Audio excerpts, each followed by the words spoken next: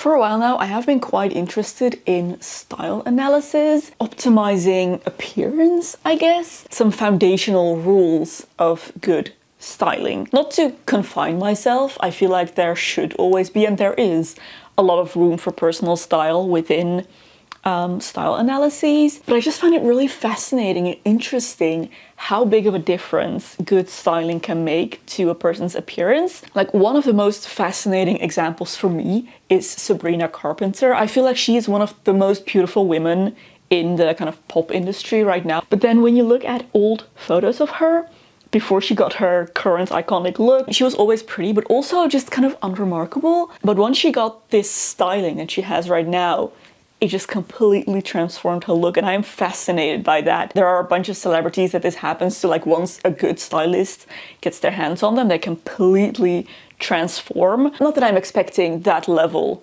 of transformation for myself, but I still just want to know how it works and if there are any little touches of that I could implement in my life as well. Yeah, I don't know, just guidelines like that have always really fascinated me. So you may remember this video I did a while back where I tried to find my body type and the corresponding kind of ideal lines, silhouettes, and, you know, types of clothes that I should wear with it. I personally don't feel like I was very successful in determining my body type through this.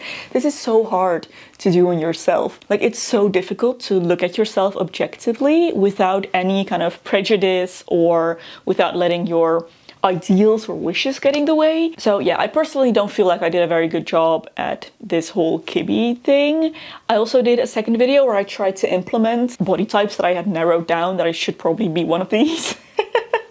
Still don't feel like I was very successful. A bit more recently, I did this video where I tried to figure out my color season. The colors that work best on me and the colors that definitely do nothing for me. And again, I feel like I was not very successful. It is so hard to do on yourself, and especially to an untrained eye. So at the end of that video, I kind of presented all of it to my viewers, asking for their opinions, and they were so divided. I've never been able to reach a very clear conclusion on that either, although I had a bit of a direction, I guess, that I thought I should go in. We are about to settle this once and for all because I finally got a professional style analysis done.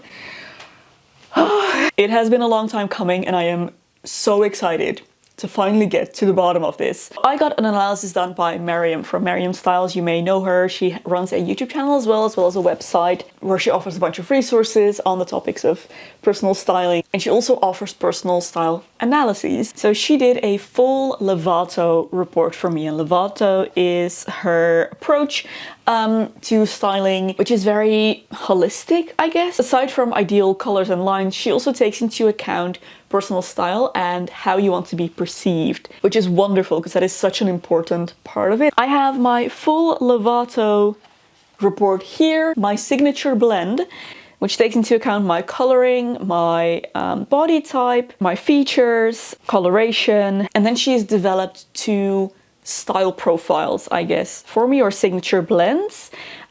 Two different types of aesthetics that I can choose from depending on how I want to present myself that day. So one of those is my calming aesthetic thread, and the other is my powerful aesthetic thread. And within these, the calming aesthetic is kind of how I dress in my day-to-day life. Very feminine, gentle type of appearance that I tend to favor. And then the powerful aesthetic is what I personally refer to as my city look. So whenever I am going into crowds or into like a business meeting or something like that, where I want to appear a little bit less vulnerable, I guess, I tend to dress differently for that. And she has also created a kind of aesthetic for me that fits that. So both of these are quite different, but both are tailored to my silhouette, coloring, all of that. And she has also put together a few examples of outfits for me. It's all in writing, but I'm gonna try and interpret it as well as I can. And yeah, that's what I want to do today. I want to dive into this and try and put together some outfits that are ideal for me. This report, by the way, is super extensive. Like, it goes in depth. It is 51 pages long, very detailed. There's some background information as well. Let's see, for my features, She says that my features are a harmonious blend of subtle hints and natural undertones, with an emphasis on organic forms and tapered lines that avoid sharpness. So there is a balance of curved and soft lines that complement the overall shape. And then for my silhouette, she says, your body shape presents a tall appearance due to the prevalence of vertical elements. The elongated proportions of your limbs contribute to this perception, establishing a series of extended lines in your overall silhouette. When selecting wardrobe items, it is advisable to reinforce these elongated features by choosing options that create a harmonious continuation of existing lines. So I think we need to look for outfits that emphasize length and especially try not to break up lines by like contrasting blocks of color in the middle of the body. So it goes into a bit more detail here with chapter 3, which is tailoring to your personal features. To achieve a relaxed and comfortable silhouette, combine loosely tailored pieces that flow gently over the body with harmonious color palettes featuring similar shades. So that's what I was thinking, to kind of emphasize that elongation. Kind of ton sur ton outfits would work really well with that. Loosely tailored flowy pieces is kind of my preference anyway. Avoid stiff, overly tight clothing and opt for open necklines, soft waist definition, and smooth draping pants and skirts. Oh, that sounds good. That's pretty much what I prefer anyway. Balance oversized fits with at least one fitted element, such as pairing a snug top with relaxed trousers and a flowing cardigan. So far, all this is very much in line with what I feel looks best on myself, so that's great. For fabrics, combine lightweight fabrics with textured materials for an ideal mix of fabric weight. Avoid overusing smooth fabrics like satins, but feel free to incorporate various textures together for visual interest. For jewelry, opt for large-scale, lightweight jewelry pieces that balance simplicity with intricate touches. So then for details and accessories, she says, incorporate deep folds, soft pleats, and oversized accessories that appear lightweight to add visual interest. For colors, she says to blend rich tones with soft pastels to create a harmonious color palette. Balance bright colors with lighter shades to avoid overwhelming the ensemble. Mixing colors within the outfit is encouraged, provided visual flow remains intact. Okay, so maybe not completely ton sur ton. Avoid head-to-toe looks in dark earth tones or stern colors like black and navy. Then she has some suggestions for hair and makeup as well. So for hair, she suggests favoring volume and texture, embracing tousled and relaxed appearances over sleek styles.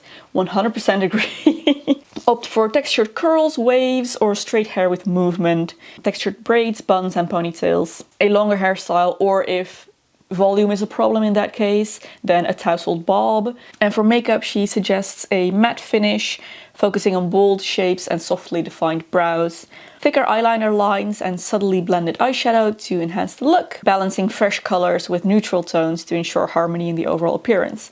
Avoid harsh lines and overusing sparkle without grounding in neutrals. Yeah, I definitely agree that harsh lines and glittery makeup don't really tend to look that great on me. I wonder if my kind of signature liquid eyeliner is a harsh line, because she does suggest using thicker eyeliner. Maybe I should do a softer eyeliner, not with my eyeliner pen. So then she goes into how to dress for the silhouette, which mine would be elongated. To create an elongated silhouette, prioritize long lines throughout your outfit. This can be achieved by wearing pants that extend past the ankles, avoiding cropped styles. Sleeveless designs such as halter necklines are also suitable. Consider skirts that hit above the knee to emphasize leg length, or opt for longer lengths that reach past the ankles or a midi length that reaches below the knee. When styling your hair, voluminous looks can contribute to an elongated appearance. So the next chapter is on coloration. My skin is warm and delicate, leaning slightly towards warmth while being close to neutral, which means that muted colors look best on me, like soft warm greens, terracottas, and soft neutrals. My value range is deeper, so the darker portion of the warm and delicate colors will be especially harmonious on me.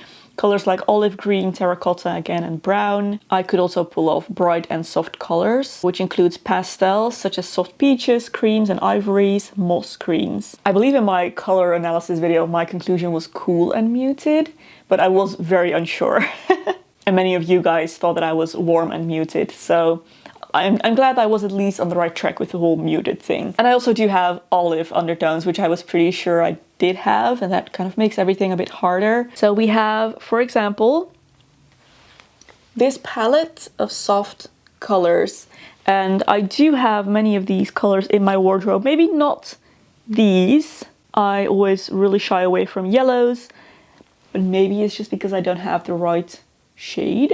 Burgundy is in here, which I always feel like that's a color that looks great on me. These kind of like warmer, cool colors. And yeah, again, this is kind of the stuff I tend to wear a lot.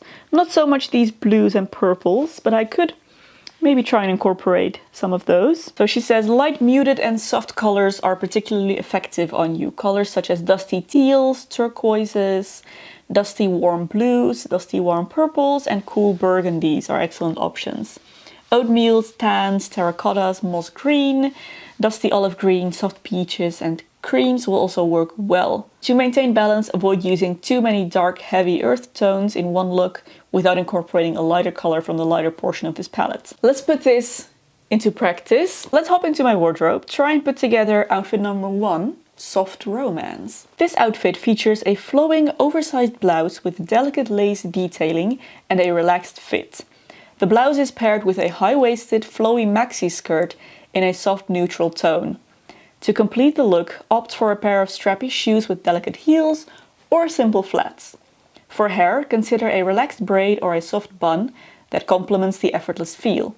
Avoid any harsh hairstyles or excessive styling products. I'm not sure I hit all the points exactly as they were intended, but I feel like it works well enough, right?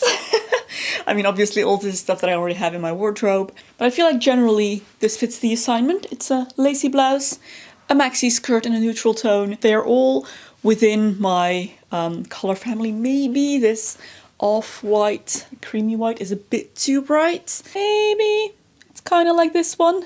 I don't have strappy heels, but I feel like these shoes are a perfect combination between simple flats and delicate heels. They're not very delicate, but they are comfy.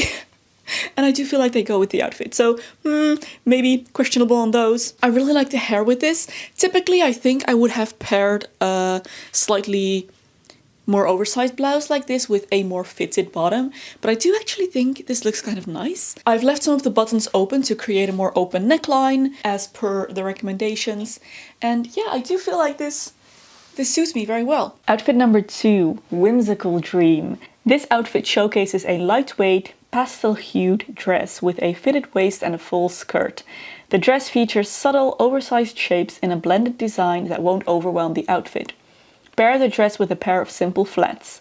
For the hair, consider a tousled appearance with plenty of volume and texture. A half-up, half-down hairstyle would complement this look nicely.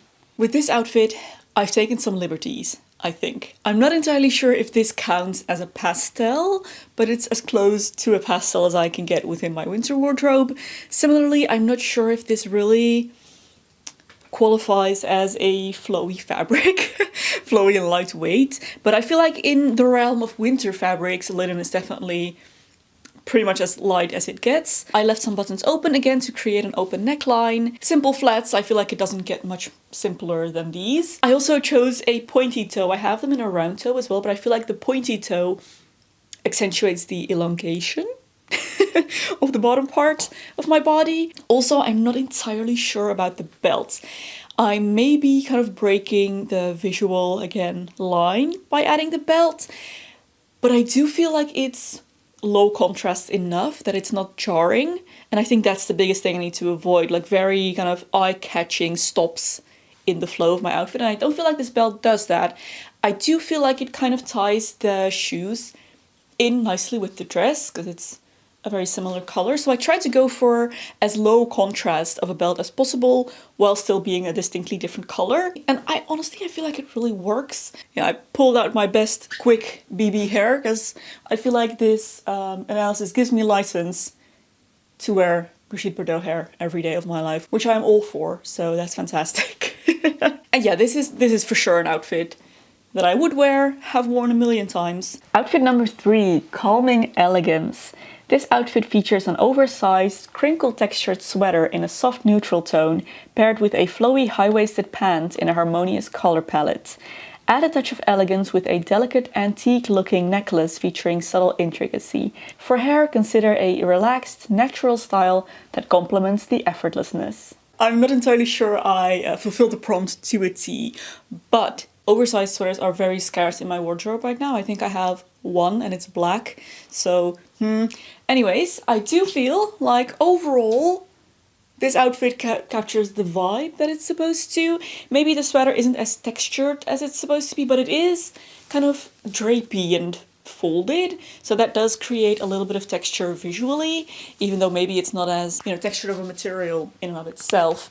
The high-waisted flowy pants, I think these are, although the fabric is a bit heavier maybe than it should ideally be.